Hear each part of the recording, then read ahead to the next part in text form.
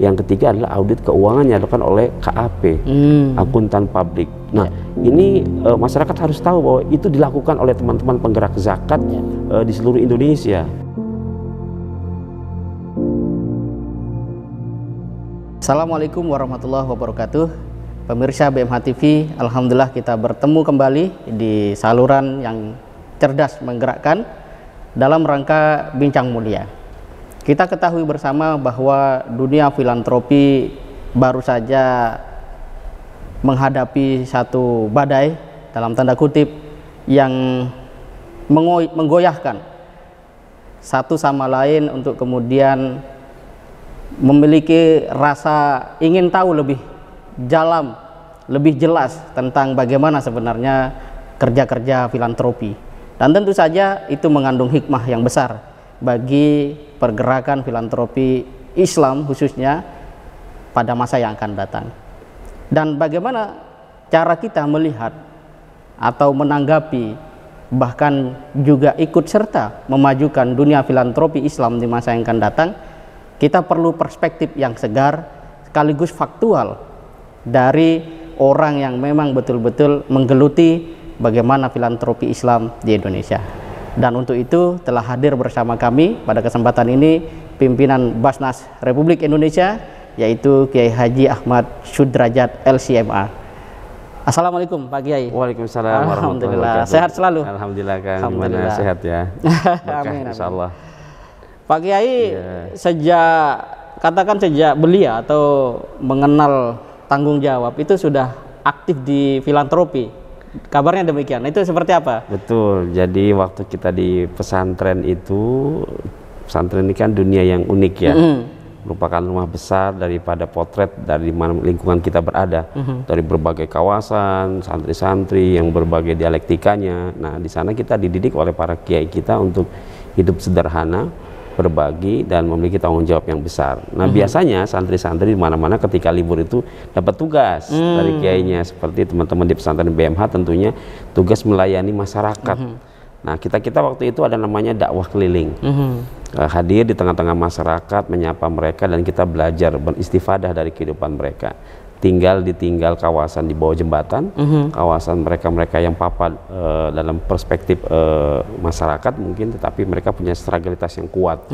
Nah, kita belajar dari situ dan kita saling berbagi dan akhirnya itu merajut sebuah kekuatan nurani untuk ketika kembali ke pesantren kita diminta untuk melakukan tadabur apa yang bisa kita lakukan. Nah, akhirnya tentunya kita melakukan gerakan-gerakan sosial, gerakan-gerakan keagamaan, dan inilah yang dilakukan oleh para santri, sehingga santri itu ketika pulang, ketika keluar mengabdi, mereka sudah menerima kondisi yang memang sudah siap mental.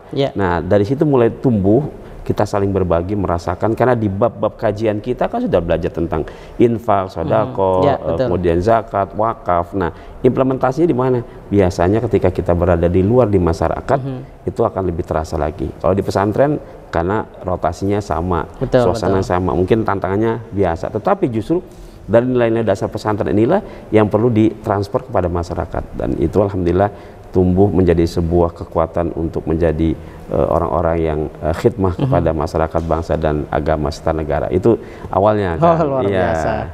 Jadi pengalaman dari pesantren membawa beliau mengerti tentang apa itu kepedulian, pelayanan umat dan masyarakat.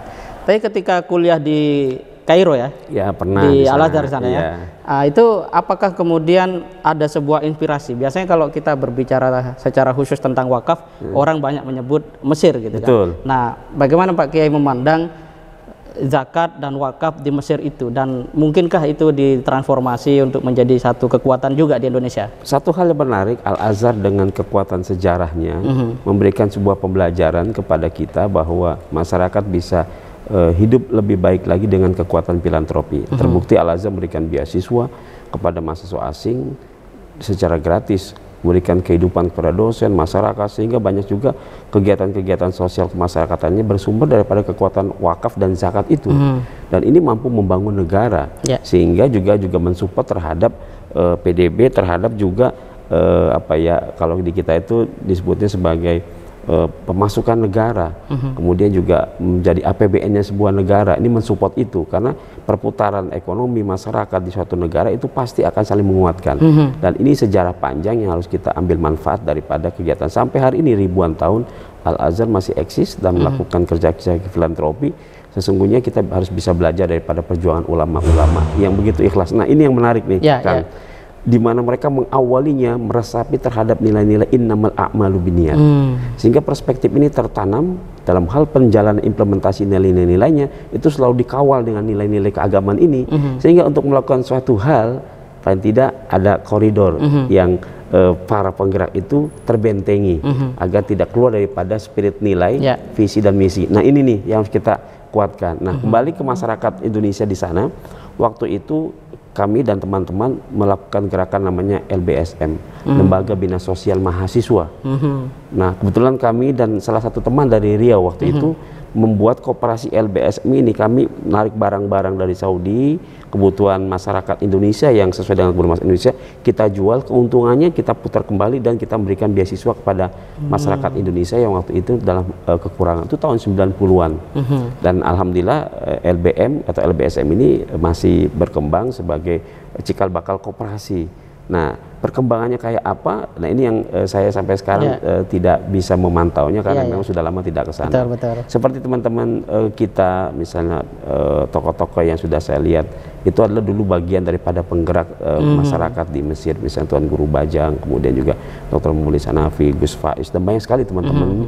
Saya kira juga di teman-teman BMH ada kader-kader yang sudah melakukan itu di tempat mereka berada, dan ini saya kira saham yang harus kita kembangkan. Yang terpenting adalah bagaimana merajut itu kita sesuai dengan niat kita. Nah, kalau niat sudah berubah, nah itu kita khawatir menjadi loyo ya saya. Loyo disorientasi gitu, Pak. Disorientasinya kasihan jadinya. Ya, satu poin yang menarik Pak Kiai, dulu belajar di Al-Azhar kan ya orang memahami identik dengan pelajaran agama, tapi pada saat yang sama mampu menggerakkan, bukan sekedar beride tentang koperasi tapi menggerakkan. Nah, ini mungkin penting untuk Pak Kiai sebarkan sebagai sebuah edukasi bahwa walaupun anak muda belajar ke Timur Tengah, belajar sebagai apapun, sebagai muslim kita juga harus bergerak di ekonomi itu. Nah, bagaimana Pak Kiai? Betul, satu hal yang sering menjadi tanaman kami, buat kami dan teman-teman yang kami sampaikan, mari kita jadi manusia pembelajar. Manusia pembelajar. Manusia iqra. Sebab hari ini mungkin kita mempelajari basic-basic keagamaan. Tetapi bangunan basic keagamaan itu menjadi kuat jika itu dirajut terus dengan kekuatan khazanah-khazanah yang lainnya. Teman-teman BMH pasti juga ada yang banyak menjadi tokoh-tokoh nasional dan lokal. Tetapi basicnya dari keagamaan. Nah, keagamaan ini tentunya begitu mereka di lapangan, oh ternyata butuh ilmu manajemen. Kita harus belajar, tidak perlu malu. Kita belajar IT, kita belajar akuntansi, kita belajar manajemen resiko, kita belajar audit internal. Nah, itu semua, Kang, alhamdulillah saya menikmati. Jadi ketika selesai dari Al-Azhar, saya belajar jadi kepala sekolah, bayangin. Yang saya pikirkan, saya jurusannya nggak ada jurusan pendidikan. Betul. Karena itu begitu saya berada di bidang pendidikan sebagai kepala sekolah dan pemangku pesantren, maka saya kejar ilmu-ilmu yang berhubungan dengan kependidikan. Kita ngambil short course tentang konseling. Kita ngambil ilmu pendidikan di Universitas Negeri Jakarta, kita ikuti pelatihan-pelatihan yang itu untuk meningkatkan capacity building kita, sebab kita juga didorong nanti harus berkembang dan inovatif. Nah, inilah harapan kami kepada semua penggerak masyarakat yang tentunya berbasis ormas, berbasis ke masyarakat, pesantren, harus didorong juga kader-kader kita untuk terbuka. Tidak tabu kepada sesuatu yang baru. Meskipun dalam perspektif orang banyak mungkin, wah ini tidak baik, misalnya kita harus tahu perbankan konvensional, harus tahu juga meskipun punya spirit perbankan syariah. Nah, ini akan kita kembangkan agar ilmu-ilmu yang tidak tertata oleh kita tahu, sehingga kita tidak dalam tanda petik tidak kalah dalam pemahamannya itu. Masya Allah, luar biasa. Jadi open minded ya kalau seorang muslim itu ya. Harus. Apalagi masih muda itu Pak. Harus manfaatkan banyak waktu untuk menambah ilmu, pengalaman sehingga diri kita bisa lebih bermanfaat. Betul. Dan memang Pak Kiai ini selain aktif di lembaga filantropi, tadi beliau sebutkan sendiri pernah menjadi kepala sekolah, juga beliau sampai sekarang masih dosen. Dan sekarang menjadi pimpinan Basnas dan juga punya pengalaman di PP Lazisnu. Nah, ini mungkin Pak Kiai bisa berikan sedikit sharing pengalaman ketika memimpin sebuah lembaga filantropi berbasis ormas dari Nahdlatul Ulama. Seperti apa Pak Kiai? Nah, ini menarik, kita ketemu dengan teman-teman BMH tuh di situ. Satu frekuensi di dalam menggerakkan pemberdayaan masyarakat berbasis ormas. Jadi kita saling mengisi, saling menguatkan sesama penggerak ormas. Karena itu kami dengan teman-teman BMH sudah tidak asing, karena itu juga rumah bersama kita dengan teman-teman dari Muhammadiyah, dari Persis, dari ormas-ormas yang lainnya. Kita sering ngopi bareng, saling tetheringan kebaikan, membuka bluetooth kebersamaan, sehingga begitu ada hal-hal kita menikmati untuk saling merajut kekuatan. Kekuatan kita ini harus kita rajut, bukan kelemahan-kelemahan kita. Justru kelemahan kita ini kita tampung, kemudian kita diskusikan bareng-bareng bagaimana menjadi sebuah kekuatan. Nah, ketika kami aktif di Lazisnu itu tentu sama kondisi dengan teman-teman BMH sebagai penggerak di ormas adalah problemnya sama, di mana kita banyak membina atau menata umat-umat kita atau bagian daripada masyarakat kita. Dan ini merupakan suatu tantangan besar untuk kita memberikan yang terbaik kepada mereka, sehingga tuntutannya bagaimana kita bisa lebih baik lagi dalam hal pertama tata kelola manajemen, yang kedua sumber daya manusia penggeraknya, yang ketiga jaringannya, yang keempat IT-nya. Empat halnya ini yang saya kira semua problem di ormas akan sama. Tetapi bagian empat hal ini kalau dirajut, dikuatkan engine-nya, maka ini akan menjadi sebuah super power kekuatan dari empowering masyarakat. Nah, saya kira PR besar kita adalah bagaimana kita memetakan potensi-potensi itu dan kita rajut di dalam membangun bangsa, masyarakat, negara, dan daripada member daripada organisasi tersebut. Jadi memang dinamikanya sangat menarik, Mas, kalau yang ormas ini, karena kita punya rasa tanggung jawab kepada umat. Berbeda, real umatnya. Betul, real. Kita bisa lihat bagaimana kebutuhan mereka, bagaimana mereka tingkatkan. Karena ada tugas mulia yang diamanatkan oleh para funding father, oleh para guru-guru kita, oleh para masyarakat, itu yang sangat berat, tanggung jawab itu. Kalau tanggung jawab manajemen mungkin kita bisa ikutkan ISO, dan tapi tanggung jawab di balik itu adalah tanggung jawab kepada ulama, pada guru-guru kita, dan yang paling berat pasti guru-guru kita selalu menyatakan jaga amanah. Itu yang buat kita sangat harus terus banyak beristighfar kan. Satu sisi beristighfar, sisi lain kita bertahmid kepada Allah kan. Diberi kesempatan untuk mengurus satu pekerjaan yang memang kalau melihat diri sendiri kadang kayaknya enggak pantas gitu kan. Mengurus persoalan-persoalan yang menjadi bagian risalah kenabian begitu.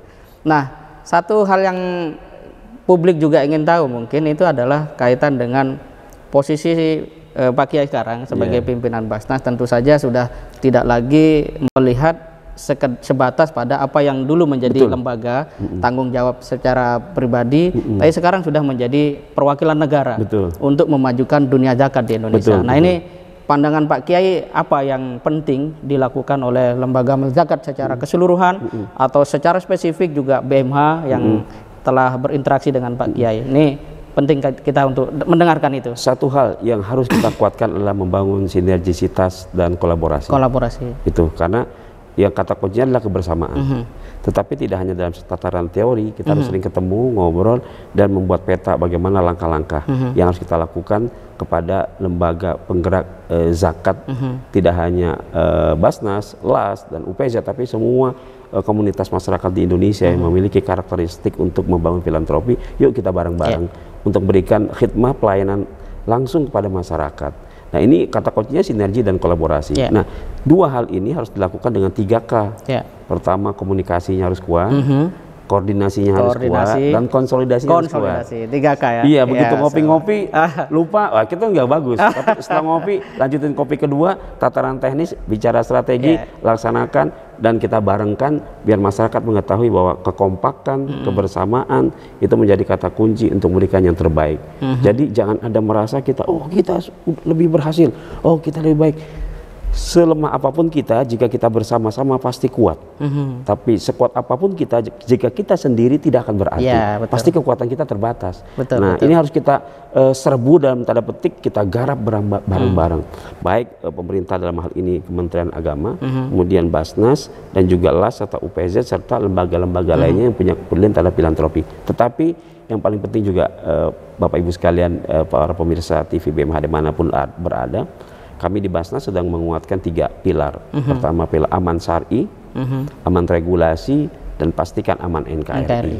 Nah ini maaf Kang, aman NKRI ini menjadi kata kunci karena biasanya di sini kita sering lupa. Dari sini pintu masuk, orang melihat sesuatu, wah ini nggak pas, akhirnya kemana-mana tuh, dicek penyalurannya, di situ awal terjadinya kesalahpemahaman terhadap hal program pendaya-gunaan yang tidak berkoordinasi, yang tidak berkolaborasi, sehingga mereka merasa kita paling hebat. Ternyata begitu ada temuan, nah, itu pintunya di situ.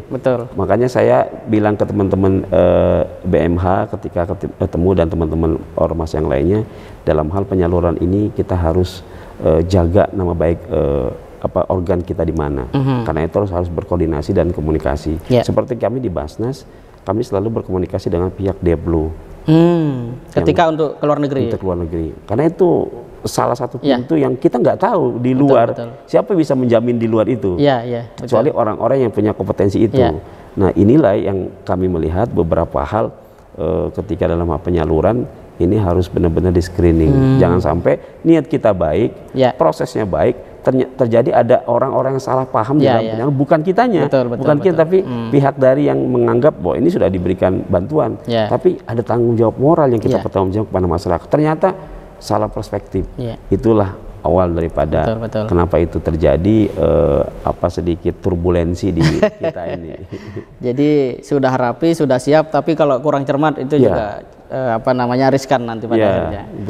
Nah, publik juga ingin tahu nih Pak Kiai kaitan dengan apa yang dirasakan oleh lembaga zakat ya, kaitan dengan kemarin kita sama-sama mengetahui ada badai lah menyapu atau menyentuh lembaga filantropi, dan seperti sebuah perahu kena badai, ada yang robek gitu kan, ada yang luka gitu. Nah ini pandangan Pak Kiai seperti apa, dan bagaimana seharusnya publik umat ini di dalam melihat itu, jangan sampai kemudian katakanlah satu sumber gitu kan, sehingga kita antipati, padahal pada saat yang sama semua pihak menyadari dan mengakui bahwa peran filantropi itu sangat strategis, sangat signifikan di dalam membantu konstitusi negara ini berjalan. Seperti apa Pak Kiai? Betul.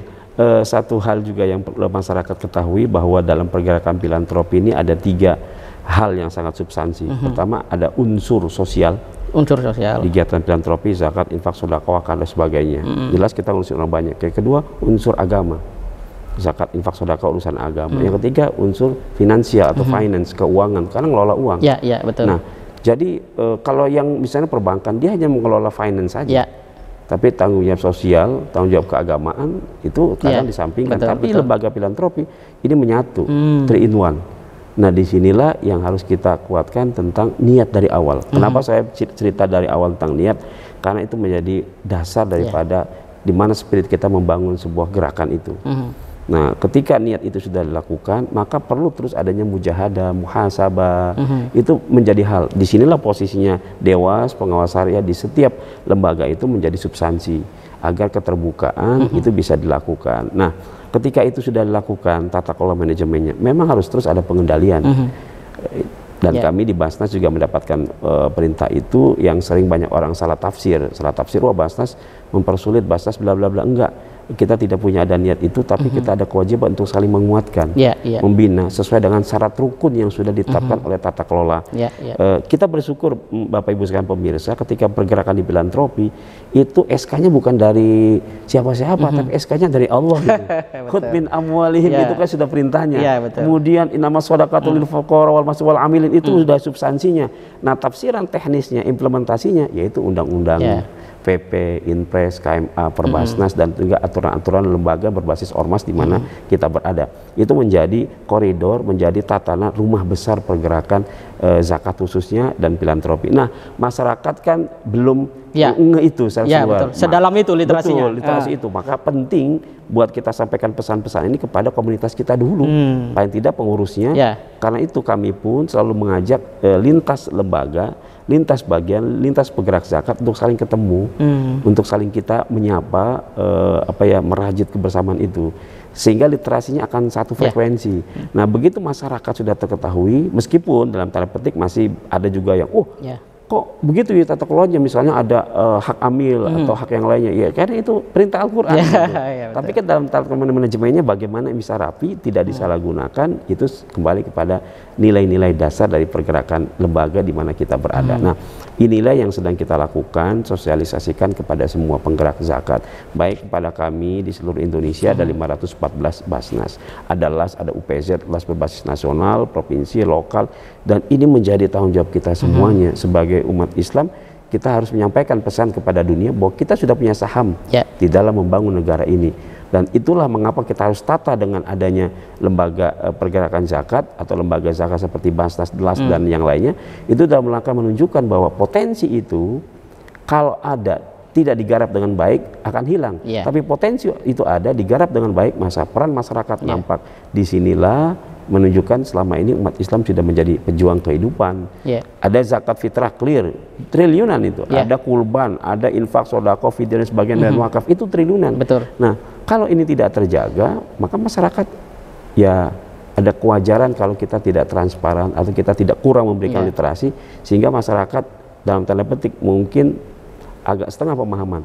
Inilah tugas kita yang ke depan untuk saling membagi peran-peran, menunjukkan bahwa setiap yang kita desain itu insya Allah berbasis syar'i, regulasi, dan aman NKRI. Masya Allah, luar biasa. Sudah sangat lengkap berarti apa yang dilakukan oleh Basnas dalam konteks untuk menjadikan gerakan zakat itu progresif gitu, dan betul-betul fungsional, dan tadi menjalankan fungsi-fungsi ikut membangun negara ini. Malah kita dorong Kang, ini misalnya berbasis masyarakat yang masjid, ya kita harapkan masjid itu menjadi unit pengumpul zakat yang resmi, yang mendapatkan rekom, mendapatkan registrasi dari Basnas atau dari lembaga-lembaga yang ormasnya punya jaringan di bawah, sehingga pergerakan masjid mereka, misalnya BMH punya basis masyarakat, basis masjid, maka kalau masjidnya itu diberikan rekomendasi menjadi UPZ, di mana lembaga itu ada, itu menjadi kuat.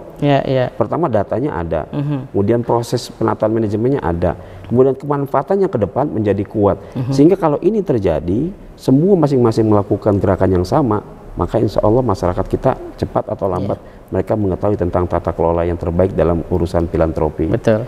Dan biasanya begitu satu masyarakat literasinya meningkat, terutama soal zakat, biasanya kesejahteraan juga agak cepat ini. Betul, betul. Banyak contoh-contoh ketika masjidnya itu menjadi cepat perkembangannya karena memang ditata sesuai dengan kondisi manajemen yang memang kita harapkan, mau tidak mau kita harus melakukan itu. Kalau tidak dianggapnya kaum santri, pesantren atau kaum masjidan atau ormasan cuman seperti itu aja. Betul. Ini memang satu hal yang sangat menarik, dan insya Allah akan menjadi agenda sinergi tadi ya Pak Kiai, dengan kolaborasi. Nah, ini mungkin menjadi satu pertanyaan yang juga penting kaitan dengan apa yang harus dilakukan oleh lembaga amil zakat, termasuk di dalamnya juga BMH. Ketika kita telah melalui badai ini dengan tanda kutip baik atau selamat seperti itu. Kali itu kita tetap pede dengan niat kita, percaya diri, confidence, dan yang paling penting adalah pengabdian kepada masyarakat harus lebih ditingkatkan lagi dalam hal market informasinya, sehingga masyarakat tahu ada program BMH yang langsung ketemu, dan itu kalau ria organisasi boleh, tapi ria pribadi ya nggak boleh. Karena ria organisasi sebagai tanggung jawab moral kepada masyarakat. Dalam tanda petik rianya nih Kami sering bilang ria mughaladoh, bercandanya gitu, supaya menunjukkan ini harus diumumkan. Kerja-kerja sosial teman-teman di BMH, di LAS manapun yang berbasis ormas, ini sering kami sampaikan. Kenapa? Karena ormas itu punya komunitas yang sudah ada. Betul. Tinggal di-upgrade saja. Adapun las-las yang berbasis masyarakat yang lainnya itu di komunitas masing-masingnya. Tetapi ya harus difokuskan. Betul. Nah, ketika ini dilakukan lebih kuat lagi dengan program yang sudah ditetapkan oleh teman-teman di lembaga zakatnya, terus dilakukan dengan terus menjaga formulasinya, menjaga amanah dan nilai-nilai perjuangannya, insya Allah masyarakat akan tetap percaya dan bisa jadi lebih masyarakat lebih percaya lagi, bahkan membela Begitu. Itu kan sebenarnya yang harus kita jaga. Kami sering bilang pada teman-teman yang lainnya, kalau ada personal yang melakukan sesuatu hal, janganlah rumahnya yang diobok-obok, tapi itu adalah personifikasi. Nah, ini tapi juga pesan buat kita make over lembaga kita bagus, tapi di dalam kita harus mulai menetapkan meningkatkan spirit nilai perjuangan itu. Ya, Siapapun lembaganya itu harus terus kita lakukan bersama-sama. Ya, luar biasa. Karena riak mugolado kalau dalam bahasa manajemen kan transparansi Pak Kiai ya. Transparansi, akuntabilitas itu kan. Kalau nggak diumumkan, lo nanti dikira penyimpangan gitu. Betul. Luar biasa. Dan mungkin juga kan masyarakat mesti tahu juga ini bahwa lembaga zakat di Indonesia ini, Bapak Ibu sekalian, itu diaudit. Pertama oleh audit syar'inya oleh pengawas syariah di lembaga masing-masing. Karena dalam strukturnya itu harus ada Dewan Syariah, pengawas syariah. Yang kedua diaudit oleh Irjen Inspektorat Jenderal Kementerian Agama. Yang ini menilai akreditasi, menilai kemampuan hal-hal yang sifatnya teknis dalam tataran keagamaannya apakah sesuai dengan aturan yang mereka tetapkan. Yang ketiga adalah audit keuangan yang dilakukan oleh KAP, akuntan publik. Nah, ini masyarakat harus tahu bahwa itu dilakukan oleh teman-teman penggerak zakat di seluruh Indonesia. Nah, tentunya ada hal-hal yang perlu disempurnakan, ditingkatkan, itu menjadi sebuah kewajiban di setiap lembaga. Jadi insya Allah Bapak Ibu sekalian, ini berjalan dengan baik dan bisa dilakukan dengan simultan, dan masyarakat juga harus memberikan yang terbaik. Insya Allah dengan keterbukaan sekarang ini berbasis IT, semua tidak bisa diumpetin, bisa dibuka. Jadi Bapak Ibu sekalian bisa langsung bertanya ke lembaganya masing-masing. Dan ini kata kuncinya, kepercayaan itu kembali kepada Bapak Ibu bisa menilai daripada keamanan, ketertiban dan ketata kelolaan di mana lembaga itu ada. Jadi insya Allah teman-teman BMH ini sudah banyak dapat award dari Basnas, dari masyarakat. Kemudian juga pergerakan di daerah ada, dan banyak las-las juga yang memberikan yang terbaik. Saya kira ini perlu dideklarasi juga kepada masyarakat. Inilah peran kami untuk menyampaikan kepada masyarakat, mengumumkan di database kami lembaga mana yang sudah memang aman syar'i, aman regulasi, dan aman NKRI. Silakan Bapak Ibu sekalian mengeceknya di website basnas.go.id. Luar biasa. Jadi ada audit berlapis. Iya, audit berlapis, benar. Audit berlapis dan 3 keamanan. 3 keamanan itu sudah dalam rangka tanggung jawab penuh gitu. Betul. Ya. Dan tadi Pak Kiai menyampaikan bahwa BMH sudah sering mendapatkan anugerah dari Basnas begitu kan. Nah, kita ingin mendengar secara pribadi nih dari Pak Kiai pandangannya terhadap kiprah BMH selama ini, dan apa yang mesti kami tingkatkan agar semakin bisa berkontribusi bagi gerakan zakat di tanah air. Satu hal buat para pemirsa dan masyarakat BMH adalah pelajari sejarahnya berdiri BMH ini. Karena itu menjadi kata kunci spirit perjuangan daripada founding father daripada lembaga BMH ini. Dan itu harus diresapi dan diimplementasikan. Saya yakin betul lembaga yang besar yang diawali dengan niat yang baik akan melahirkan kader-kader yang besar, karena selalu diingatkan dengan sejarah para pendirinya. Dan kalau kita lihat kesederhanaan mereka menghasilkan sebuah kebahagiaan dunia akhirat. Saya membaca, melihat daripada perjuangan pendiri BMH ini dari daerah kawasan yang terdalam, tetapi mampu menyebarkan cahaya kebaikan dimanapun. Ini kata kunci, sehingga ini tidak bisa dihilangkan. Dan ini menjadikan password teman-teman BMH dimanapun berada untuk selalu memberikan yang terbaik. Pengkhidmatan kebaik kepada masyarakat siapa saja, terbuka, maka masyarakat akan menilai siapa yang menjadi terbaik. Dan saya kira perjalanan panjang BMH ini sudah mencerminkan nilai-nilai yang harus dipertahankan, dan tinggal ditingkatkan lagi tadi itu dengan menambah khazanah-khazanah manajemen kemodernan, yang itu menjadi PR kita, peningkatan IT dan peningkatan SDM. Inilah kata kunci. Jadi ambil key knowledge-nya, yaitu key knowledge yang pertama adalah SDM, kemudian kemampuan untuk memberikan yang terbaik dengan marketing, service excellent, kemudian audit yang harus terus ditingkatkan, dan yang penting adalah membangun kebersamaan di dalam melakukan kerja-kerja sosial yang sudah diamanatkan oleh pendiri pada BMH. Itu kata kuncinya, Kang. Masya Allah, luar biasa. Terima kasih banyak Pak Kiai. Sama-sama. Alhamdulillah, pemirsa BMH TV, itulah tadi bincang mulia BMH bersama dengan pimpinan Basnas, yaitu Kiai Haji Ahmad Sudrajat LCMA. Beliau membuka cakrawala kita, mindset kita, dan literasi kaitan dengan dunia zakat yang ternyata tidak seperti kebanyakan kita memahami secara umum yang simple gitu ya, kemudian terima salurkan. Ada banyak proses di dalamnya, dan ada banyak upaya yang secara manajerial dapat memastikan bahwa proses-proses yang berlangsung betul-betul amanah, syar'i, dan sesuai dengan regulasi negara kita. Tentu saja ini akan terus meningkat ke depannya seiring dengan tuntutan perubahan yang semakin hari semakin menuntut banyak hal untuk transparan, terbuka seterang-terangnya. Insya Allah dengan sinergi dan kolaborasi lembaga amil zakat, kemudian Basnas dan juga masyarakat itu sendiri, gerakan zakat Indonesia ke depan akan menjadi kebaikan yang terdepan di dalam membangun bangsa dan negara kita. Bahkan kita berharap mudah-mudahan gerakan zakat di Indonesia ke depan itu juga bisa menjawab beragam krisis persoalan yang dihadapi umat manusia di berbagai negara lainnya. Demikian, terima kasih banyak kepada Pak Kiai. Sama-sama. Kita jumpa lagi pada bincang mulia berikutnya. Assalamualaikum warahmatullahi wabarakatuh. Waalaikumsalam warahmatullahi wabarakatuh.